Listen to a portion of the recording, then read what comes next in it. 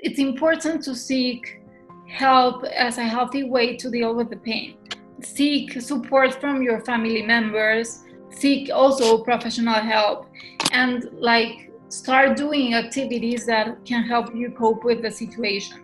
As you said, the grieving process is a constant struggle. We are unique persons, so some may need much more time, and some may need less time.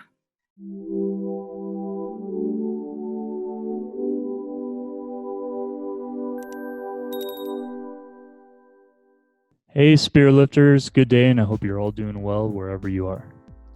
In this episode of Spear Lift, I interviewed Dr. Andrea Noriega, who is a cognitive behavioral psychologist here in Mexico City. And Andrea, welcome to Spear Lift. Thank you, Devin. It's a pleasure to have you on this episode, Andrea. And in this episode, we're going to be speaking about grief and how to handle grief, because it's a very heavy subject in the fact that I don't think many people cannot fully grasp how to deal with losing somebody, how to deal with maybe things left unsaid when someone's gone, and having personally gone through grief and knowing a lot of people around me have gone through grief, it seems like something that is just over your mind, over your shoulder, in ways you can't explain, and in ways you don't know how to really process in an effective way sometimes. I think it's a very challenging thing to deal with in your life. And I know a lot of people personally that still go through it after decades. So I think this is a really important topic for many people, and I'm happy to be speaking about it with you today on this episode of Spirit Lift. So Andrea, can you please kind of just describe to us a little bit how grief and why it kind of stays with us after we lose somebody, and just your own definition of it, and how we can just really, how you advise people to cope with grief, basically your own patients. Thank you. As you said, Devin, it's a very complicated and complex process, but it's really important to separate each process. The mourning process, it's a process and it's not a stage. We must not confuse it with mourning. Mourning is related to the pain that the person goes through.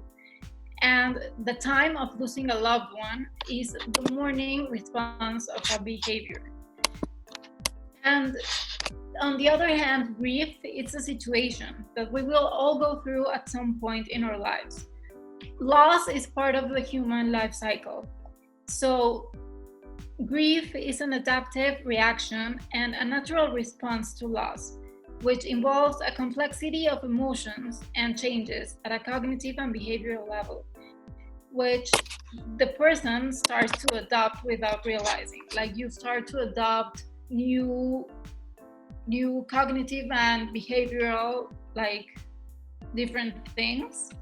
So you start to cope with whatever happened to you. So they say that the stages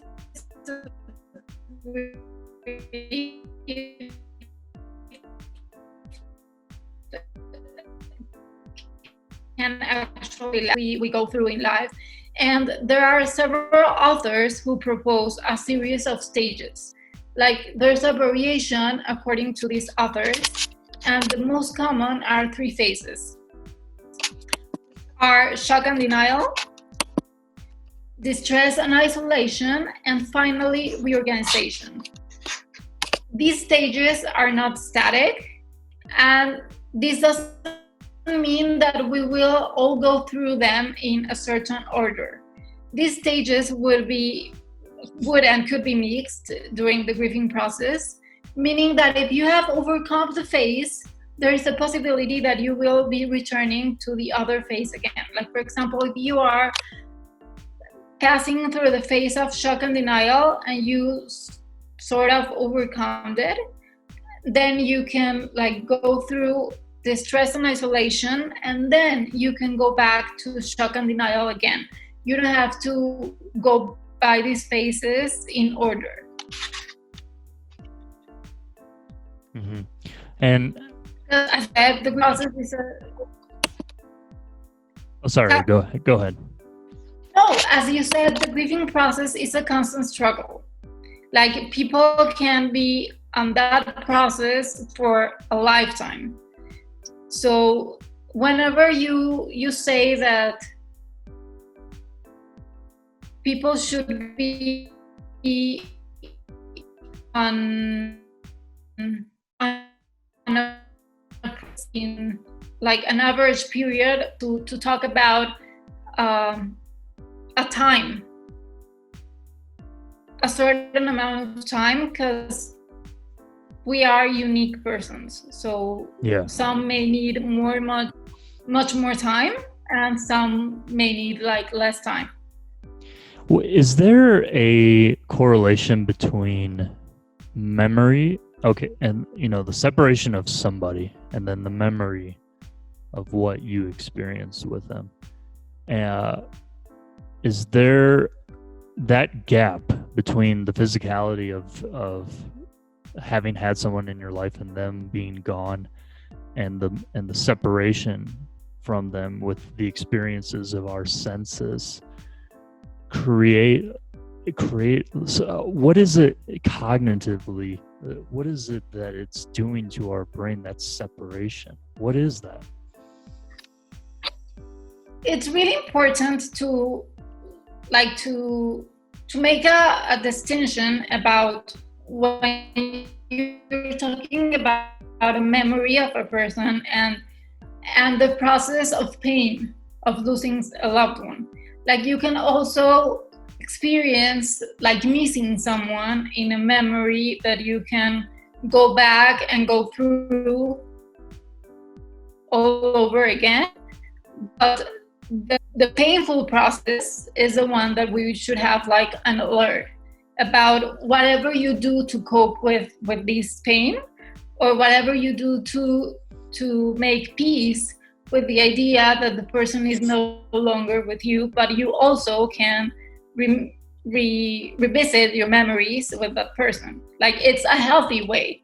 You can be free of pain, but you can also like remember the things that the person gave you, or the memories you shared, or whatever like you experience with the person that now is gone. That could be in a healthy process. But it's important to separate the process of grieving like through the pain. Have you seen adverse effects on your patients or other people you may know who experience the different processes of grief, who maybe just don't want to talk about that person, who want to negate it, who want to be in denial it ever happened? Is there very like severe adverse psychological effects with someone that just completely suppresses when losing someone? Sure, that's avoidance. And whenever we avoid a subject, we tend to say that you have overcome it, like by not talking about it. But the reality is that whatever we avoid, we still are holding on to it. So it's important to talk about the process, express whatever you're feeling and whatever is happening, and like really work on it. So it's really important that you go through all these phases. The phases of shock and denial, distress and isolation, and finally the reorganization phase. Oh, man, I mean, for me, it sounds that sounds like a good logical process for sure. And I think it's probably obviously what you do with your patients to try to, if they go to get through this. And I think that sounds like a healthy way. I just I'll just tell you, like, personally about myself, when I lost certain loved ones close to me, like just having the thought, like if I have a certain thought about that person again, or if I think about a certain way I lived with that person again, it feels like I'm being engulfed in like an emotional monster, right? I feel like I feel like I almost become another person, because there's something so like deeply hurting, even though I grew up loving these people, that I don't know, it's just like there's such a big hole, but the hole feels like it eats you, and it hurts you. That's how I feel with it. What is that? Completely. That's also a grieving process. That's also whatever you go through, because you go through the shock and denial phase, and you also go through the phase where you really can't believe whatever it happened. Like in this phase of shock and denial, you haven't really realized the loss of the loved one, and that whatever you're talking about, it's like the feelings of anger, the protest, the feelings of really being very, very angry with whatever it happened, and now like the homesickness that you also go like through the phase that you want to go back to whatever you used to have with that person, and it comes with an emotional liability. Like you are really, really sad, and you don't really know what is happening to you, and it's really like complicated to go through this phase because you don't really fully understand it. So that's why like we have to divide it in phases so that we can really treat them. But it's also really natural that we as humans don't go like by the book phases, like I think each person is unique, and you at a phase like a lot more time than you should be. Like they say that you have to be in this phase 6 months. I don't really think that you have to be in certain phases in a certain time, because we are unique persons and we have experienced a lot of things, and we cope different with different mechanisms. So that's why you cannot really put a certain time in a phase.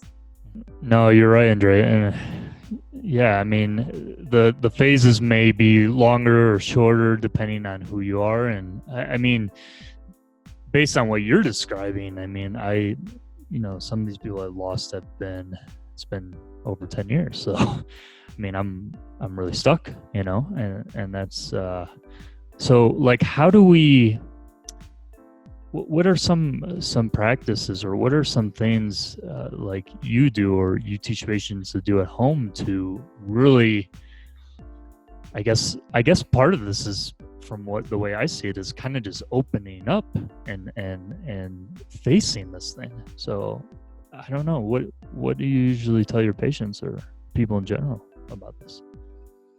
Actually, I want to go back to a phase that is like second phase. Yeah, absolutely. The second phase would be distress and isolation. In this phase, feelings set the tone for the grieving process. Like you have some sensations where it's difficult to be calm, and you can't really sleep at night, and you can really like find peace. This could be as a result, like you may abandon certain behaviors in your routine. Like the person goes through the grieving process, and you may like stop doing the things you're used to do in a daily basis routine. Like you stop showering, you stop like sleeping at a certain time, you stop maybe your healthy eating habits. Like you start off like changing your routine because you are sad. You stay longer in bed. Like you actually go through some phases that could like put your health at risk. And it's really important that if this phase is not identified by the person, it can really end up experiencing a very complicated and painful grieving process that can lead to depression. Yeah. In this stage is where most support and care is required. Like, you really need to identify this phase in order to make something about it. You really need to seek help, professional help, so you can avoid like falling into depression. And you know what? You know what I see, Andrea? Even in my own situation sometimes, is like grief can feel like a heavy monster on the back of your mind somewhere, day in and day out. And the only person that really deals with it is you and you alone. And sometimes some people who deal with the loss of somebody, I'm talking about, people I know in my life or have gone through a certain situations. Like, if they feel like that they want to talk about this with somebody, and maybe they have more than once, especially at the beginning when they've lost somebody, they may feel like it's hard to bring up that person that they lost to the person because they don't want to annoy them. So they kind of internalize the other way around, maybe that I, as a friend or as a family member that has not lived that loss, don't know what to say to you. Like, I don't know how to help you, so maybe I don't want to touch the subject and you don't want to talk about it. So it's like a loop where I don't express because I don't want to remember, and the other person like helps me to avoid, and I don't really talk about the subject. And even though I don't want to bother like other people with my grief or my pain or my, I don't know, like my negative way. It's an idea. Yeah. I just, for me, when I'm thinking about this, I really wish like the pragmatism of trying to deal with these things would override the emotional part sometimes, because I think we're just such emotional creatures that we just can't turn our mind off, with certain, and I think a lot of it has to do, is my own personal belief, but I think the strand of love that runs through us all kind of overrides all of our hardware and software as beings on this planet, and the love can take so many variations of a good thing, of a bad thing, of a hurtful thing, and it can come in many forms and colors, so to speak. And so as much as we would like to have like the mechanic mind turn it off, sometimes it's really hard. And so like when people get in that situation, like going back to what we were just talking about, because I think this is really important. When people get into that situation where they feel like, okay, they've told their inner circle too much about how much it hurts to have lost somebody, and they feel guilty that they might feel like they're annoying them by keep talking about it day in and day out, but they still have to live with that sense of loss with somebody. Like, what can they do to feel comfortable just expressing themselves?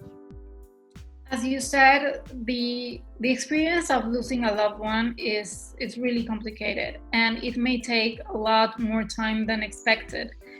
Also, you can rely on the idea of time and routine. Like, it's important to seek help as a healthy way to deal with the pain.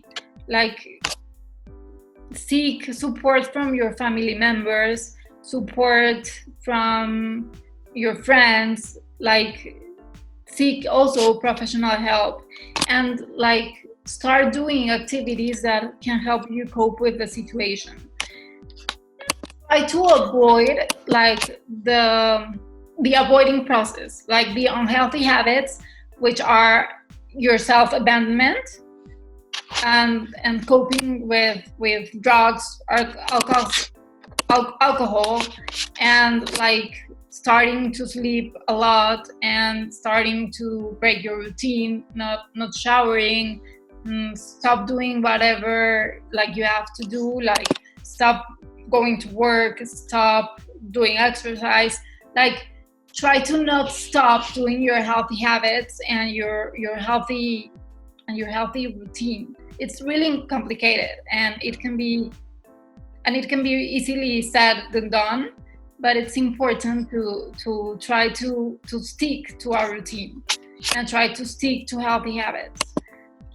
Yeah, I completely agree. And I'll be honest, like for myself, I haven't been the best example of somebody who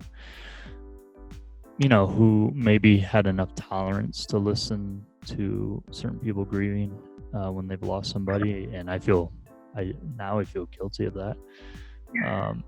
Which is and I just think part of the way we live in life has to do with increasing our sense of empathy for others, not becoming so empathic that we lose sight of ourselves, so to speak, but having a greater sense of empathy enough to really be in someone's shoes in really difficult times. That's what I'm referring to.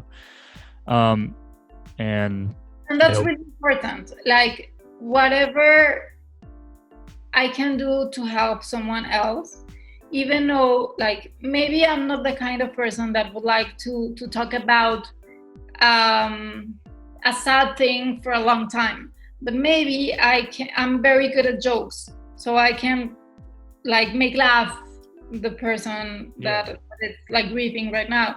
Maybe I can distract the person by a phone call now that we are in confinement, or maybe whenever we can go have our normal lives again, maybe I can be the great companion for a movie night, or maybe I don't know, like wherever we are, we can probably be empathic with the other person that is going through a grieving process, and whatever it's our strength, we can really like use it to help the other person.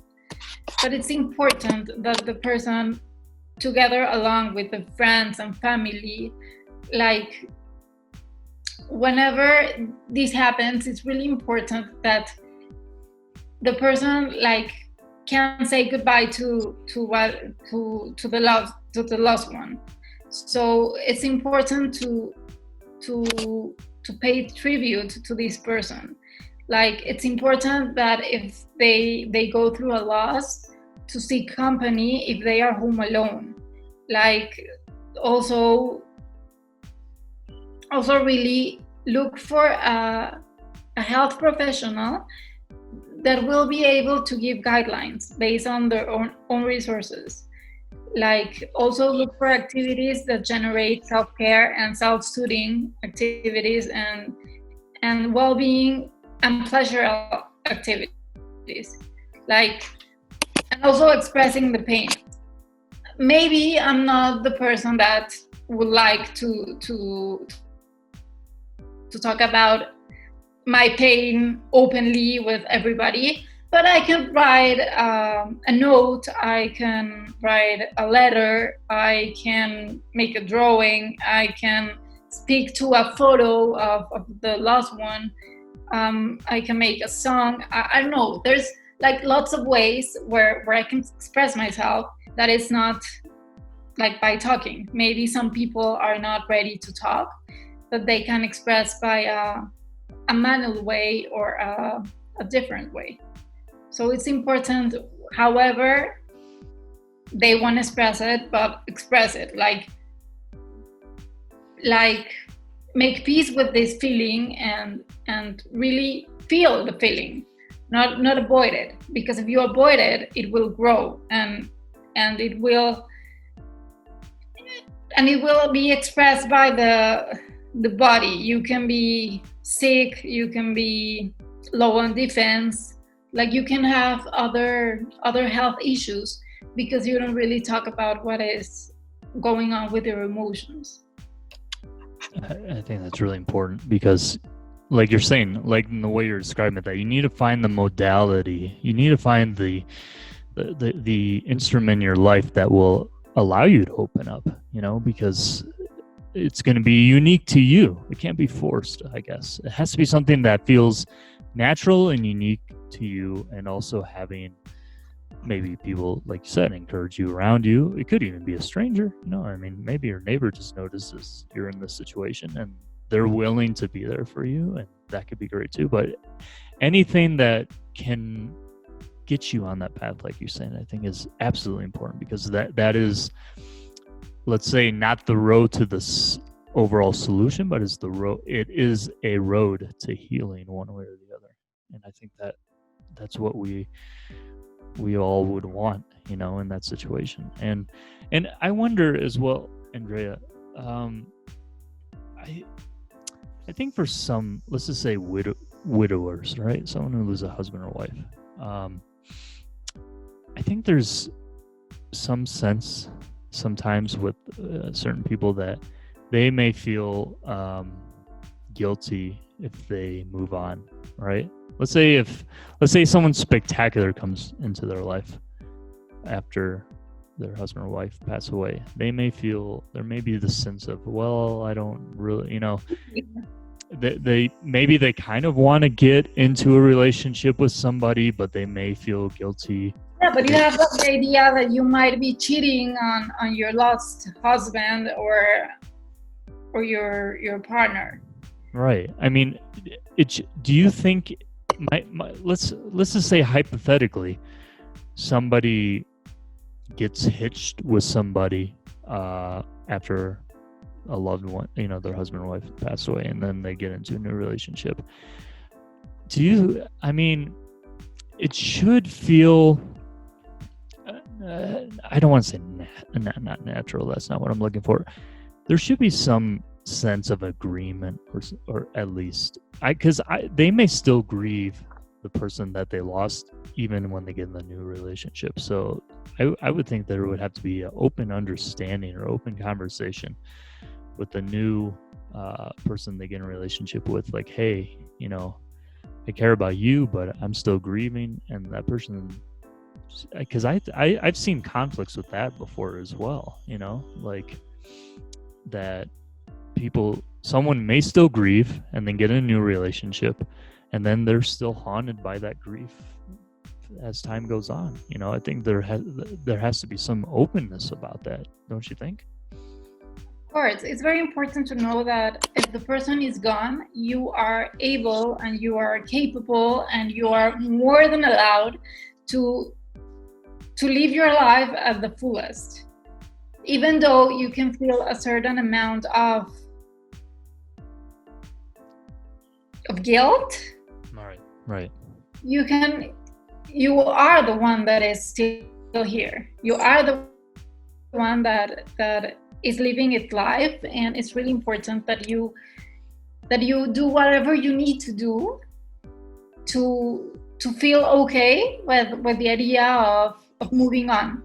Some people could also ask for permission to their lost one, by I don't know, going to its place and say that thank you so much, and giving the last goodbye and say may I have your permission? I'm happy with this new guy I met. I want to give myself a chance of getting to know him. And it's really important that whatever worked for he or she,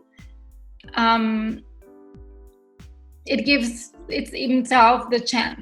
It's really important to do whatever it needs, so they can have a response that, okay, it's okay, I have the permission, or I have the approval that I'm seeking, so I can move on. But I have seen many people like asking for permission by a photograph or by going to the place where the loved one deceases. That is like, okay, now I'm able to try a new way of life. I'm able to move on with my life. It's really important this, because they are the ones that are here. So it's important. Let's say they have children. Let's say they have a lot of people to live for. It's really important that they try to, and it's okay, and it's totally normal, and it's natural, as you said, to move on. Yeah, absolutely. And just having this conversation with you, it just makes me, it kind of just sprung different flashes of insights into my brain, which my wife would probably say I don't usually have many. So I was like, but I told you this is the stage of reorganization. Like actually, the one that you are talking about is the stage we called reorganization. Like whenever you get the idea that the person is gone, and then you like make peace with the idea that the person is no longer with you, and you reorganize your life. Like you comprehend that whatever happened, and you begin to understand the real loss, and you start to live your life to the best extent possible. The person begins to cut back on the past lifestyle they had, and realizes that he or she is given the opportunity to continue, and finally to understand that they are the ones left and have to continue living in honor of the lost. Yeah, absolutely. And with saying all this, I think I think going through this sort of element in your life, no matter who you are, I think it's just one of these personal, I don't want to use the word battles. I don't want to give it that kind of connotation, but I think it's one of the aspects of your life, if you go through this, that really tries to sharpen your way of seeing the world and understanding yourself and life itself. I think it's one of the no pain, no gain kind of thing. Oh, sorry, go ahead. Yeah, of course. You have to revisit another meaning and another purpose of life. Like whatever you had with this other person is no longer on the table.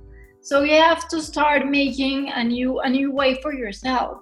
You need to start having another meaning, another purpose, another way of living, another lifestyle. Even though, I don't know, many people like used to live in a place for all its life, and maybe that place reminds the other person of the lost one. So maybe you change, I don't know, change a place, change an apartment. Like you need to move on, and also wherever you had, or whatever, I don't know, like the bed, your place, whatever you need is like to stop being on whatever you had with this person, and yeah, move on. Yeah, absolutely. And I think that's the biggest thing. Just understanding, I guess, is just mustering that strength that you may have thought or hadn't even realized that you really had, and really digging down and finding it, because it's probably strength that you never had really growing up in certain ways. And you almost have to know where it is inside of you to rediscover yourself in a certain way, and not completely forget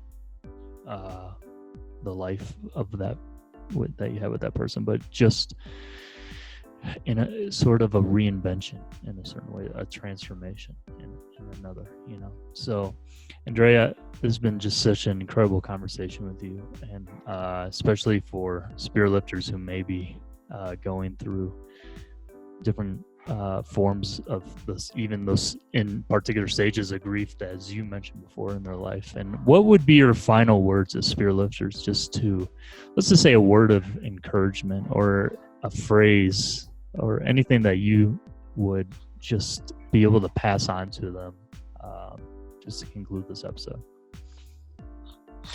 It's important to, like, for example, in the pandemic process, it's important to in order to cope with whatever they are going through, it's important to pay the tribute to this person. It's important that the pandemic doesn't stop these people from giving their last goodbye or having the rituals that are the costumes and traditions and rituals that we are used to have. It's important to do whatever you need to do and to express all the pain that you share as a family, as a friend, and remember all the experiences and cherish all the moments that you have with the loved one or the one that is no longer here. Absolutely. And just understand maybe too that we're all on the same journey together in life. We all have our own distinct ways of living, and we just have to kind of accept, we kind of have to just embrace, and we just got to seize the day as best as we can in the way that we can, right? And there's especially that you're still here, that whoever is watching you, it's still here, it's still alive, and it's still able to do whatever they want to do. It's really important to know that they can revisit the purpose, and they can revisit whatever they want to achieve, because they are alive, and whatever they want to whatever the aim is, it's important that they live by themselves. Yeah, and as full as possible, because this human experience is what it is. It's an experience. It has a beginning and end date, and we just gotta roll with it, for lack of a better expression. Andrea, where can spirit lifters find out more information about you? I have an Instagram account that it's called. Can you write them for them? We'll put all your information in the description. But okay, so you have an Instagram account, and so spirit lifters can find you there. Mm-hmm. It's WeMetanoia, WE.METAIONIA.